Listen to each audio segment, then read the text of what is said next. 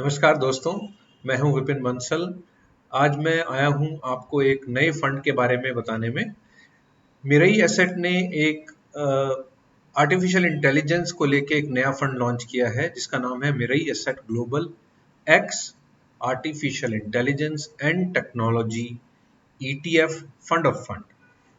तो आज हम इसके बारे में थोड़ी सी चर्चा करेंगे और जानेंगे कि क्या खास बात है इस फंड में, कहाँ इन्वेस्टमेंट करते हैं ये लोग, किस तरह की कंट्रीज में ये लोग इन्वेस्टमेंट करेंगे और किस तरह की रिटर्न्स हम एक्सपेक्ट करते हैं और क्या इसके रिस्क्स और रिवार्ड्स हो सकते हैं। सो आइए शुरू करते हैं। पहले जनरल फैक्ट्स इस फंड के बारे में। ये 16 अगस्त को खुला है NFO और 30 अगस्त तक चलेगा और ये स्कीम दोबारा रीओपन होएगी for continuous sale and repurchase के लिए 8 सितंबर से। आइए आगे बढ़ते हैं। तो सबसे पहले जानते हैं कि ये फंड है क्या।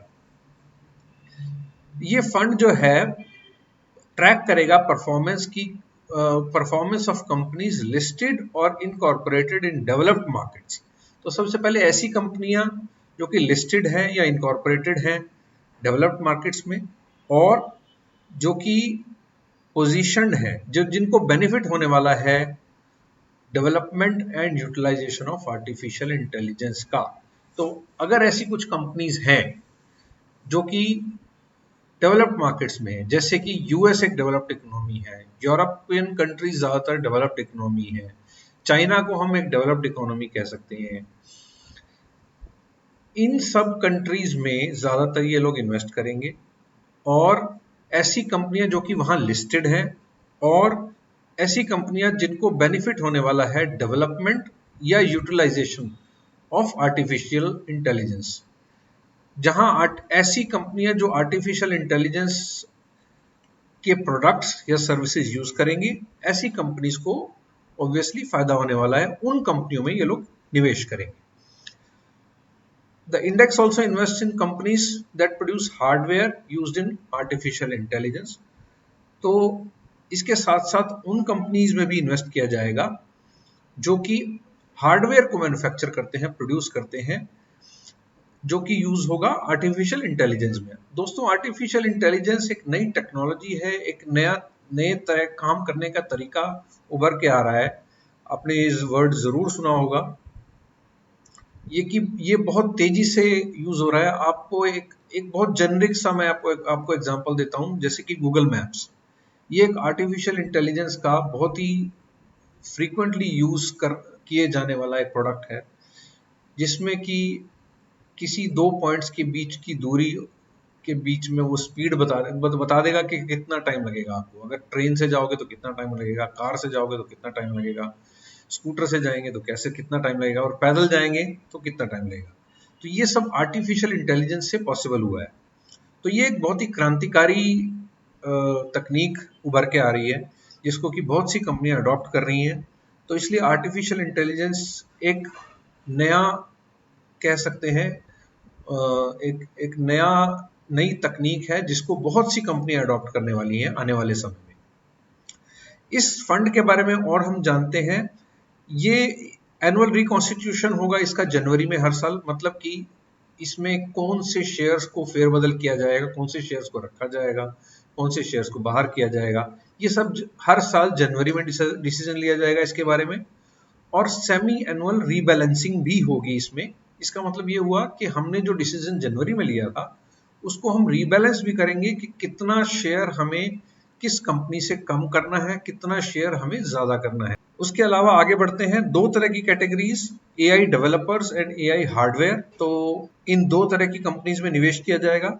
उसके अलावा top 60 companies from category 1 and top 25 companies from category 2। तो ये दो कैटेगरीज इसमें डिफाइन की गई हैं, AI developers and AI hardware. इसमें टॉप 60 कंपनीज जो होंगी वर्ल्ड ओवर या डेवलप्ड इकोनॉमीज की जो लिस्टेड कंपनीज हैं उनकी टॉप 60 कंपनीज को लिया जाएगा फॉर AI डेवलपर्स और टॉप 25 कंपनीज को लिया जाएगा फॉर AI हार्डवेयर। इसमें मिनिमम वेटेज रखी जाएगी दोस्तों 0.3% और मैक्सिमम वेटेज रहेगी किसी भी शेयर की 3%। इसमें मेजर कंट्रीब्यूशन जो कंपनीज उभर के आएंगी वो आज के दिन ऐसा माना जा रहा है कि वो यूएस में लोकेटेड होंगी ज्यादातर, दूसरे नंबर पे चाइना और तीसरे नंबर पे साउथ कोरिया। आइए देखते हैं कि अलग अलग इंडिसेस का कंपैरिजन इसमें दिखाया गया है इस स्लाइड में। इसमें आप देखें कि आर्टिफिशियल इंटेलिजेंस का जो इंडेक्स है, index artificial intelligence and big data index जो है, उसने पिछले 7 साल में 20% की रिटर्न दी है लगभग, 5 साल में भी 20%, 3 साल में 17%। एक साल में ये नेगेटिव रहा है क्योंकि पिछले एक साल में टेक्नोलॉजी कंपनीज की काफी पिटाई हुई है। आपने, अगर आप जानते हो मेरे एसेट के और दूसरे पैसिव फंड्स के बारे में जो कि रहे हैं फैंग और आपका S&P 500, ये इनके प्रोमिनेंट फंड्स रहे हैं जिनकी परफॉर्मेंस पिछले एक साल की खराब रही है, नो डाउट। लेकिन ओवरऑल आप देखें तो ये फंड्स, इन फंड्स ने बहुत बहुत अच्छी रिटर्न्स बना के दी है अपने इन्वेस्टर्स के लिए। तो कहने का मतलब ये है दोस्तों कि शॉर्ट टर्म में वॉलेटिलिटी आ सकती है, शॉर्ट टर्म में रिटर्न्स नेगेटिव भी जा सकती हैं, लेकिन आप लंबे टाइम फ्रेम पे देखें, लंबे टाइम होराइजन को देखें तो इसमें रिटर्न्स अच्छे आने की ज्यादा संभावनाएं हैं। अगर इसका कंपैरिजन नैस्डैक 100 से किया जाए तो नैस्डैक 100 का 7 साल का 20.9, 5 साल का 23.4, 3 साल का 25% और 1 साल का -6.9%। उसके अलावा S&P 500 से अगर इसका कंपैरिजन किया जाए तो 15.7, 17.8, 18.9 एंड 1.8। और निफ्टी 50 इंडेक्स का, इंडिया वाले इंडेक्स का अगर कंपैरिजन किया जाए तो 11.9, 12.6, 17, 10.2। और इसको डॉलर के रिटर्न से भी कंपैरिजन किया गया है जो कि यहाँ पे स्टेटेड है। इसके अलावा देखें तो नास्डैक 100 को इस AIQ इंडेक्स ने पिछले 4 साल में 4 आउट ऑफ 7 ईयर्स इसने बीट किया है ऑन एब्सोल्यूट रिटर्न बेसिस, और निफ्टी 50 को इसने 6 out of 7 calendar years beat किया है। आइए आगे बढ़े। Breakup of funds invested in industries, किस तरह की इंडस्ट्रीज में ये लोग इन्वेस्ट करेंगे। अगर आप देखें तो सॉफ्टवेयर एंड सर्विसेज में लगभग माना जा रहा है कि 35% का निवेश रहेगा इस ETF फंड में। मैं आपको एक बात और बताना चाहूंगा कि ETF में क्या फर्क है और ETF फंड ऑफ फंड में क्या फर्क है। ETFs जो है एक बड़े अमाउंट का एक एक्सचेंज ट्रेडेड फंड होते हैं, जो कि जैसे कि 1 करोड़ रुपए का एक ETF होगा, लेकिन उस ETF के अंदर जो है retail investor ETF fund of fund के थ्रू जा सकते हैं।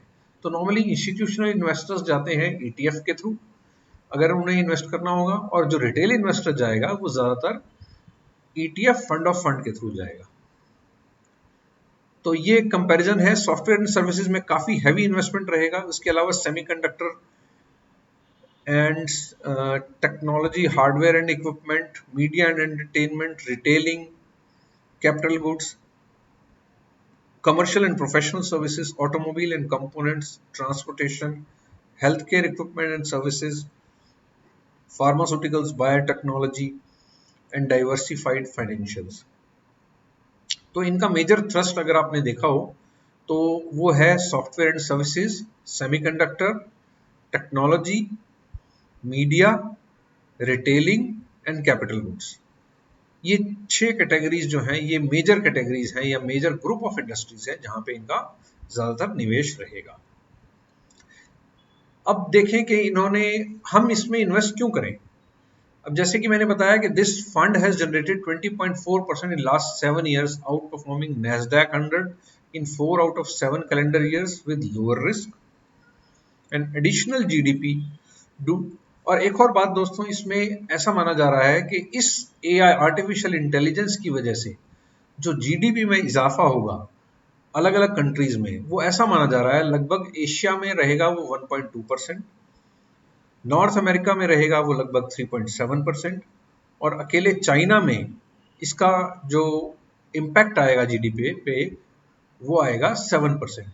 तो कहने का मतलब ये है कि आर्टिफिशियल इंटेलिजेंस एक बहुत ही रेवोल्यूशनरी टेक्नोलॉजी है, और इसका जैसे जैसे अडॉप्शन बढ़ रहा है वर्ल्ड ओवर, ऐसी उम्मीद रखी जा रही है कि जो भी कंपनीज इस टेक्नोलॉजी को अडॉप्ट करेंगी अपनी मैन्युफैक्चरिंग ऑफ गुड्स में या सर्विसेज या रेंडरिंग ऑफ सर्विसेज में, वो कंपनियां बहुत तेजी से उनको फायदा होने वाला है। थैंक यू दोस्तों।